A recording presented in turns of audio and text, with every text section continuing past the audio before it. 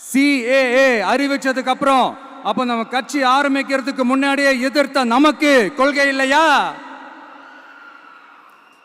வகுப்பு சட்டத்தை எதிர்த்து உச்ச நீதிமன்றத்துக்கு முதல்ல போன நமக்கு கொள்கை இல்லையா?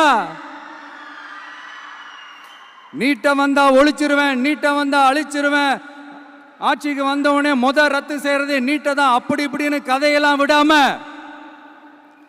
கல்விய மாநில பட்டியல சேர்க்கணும்னு சொன்னதோட மட்டும் இல்லாம அதுக்கு ஒரு இடைக்கால தீர்வை சொன்ன நமக்கு கொள்கை இல்லையா? சமத்துவம் சம வாய்ப்புன்னு ரொம்ப ஸ்ட்ராங்கா சொன்ன நமக்கு கொள்கை இல்லையா?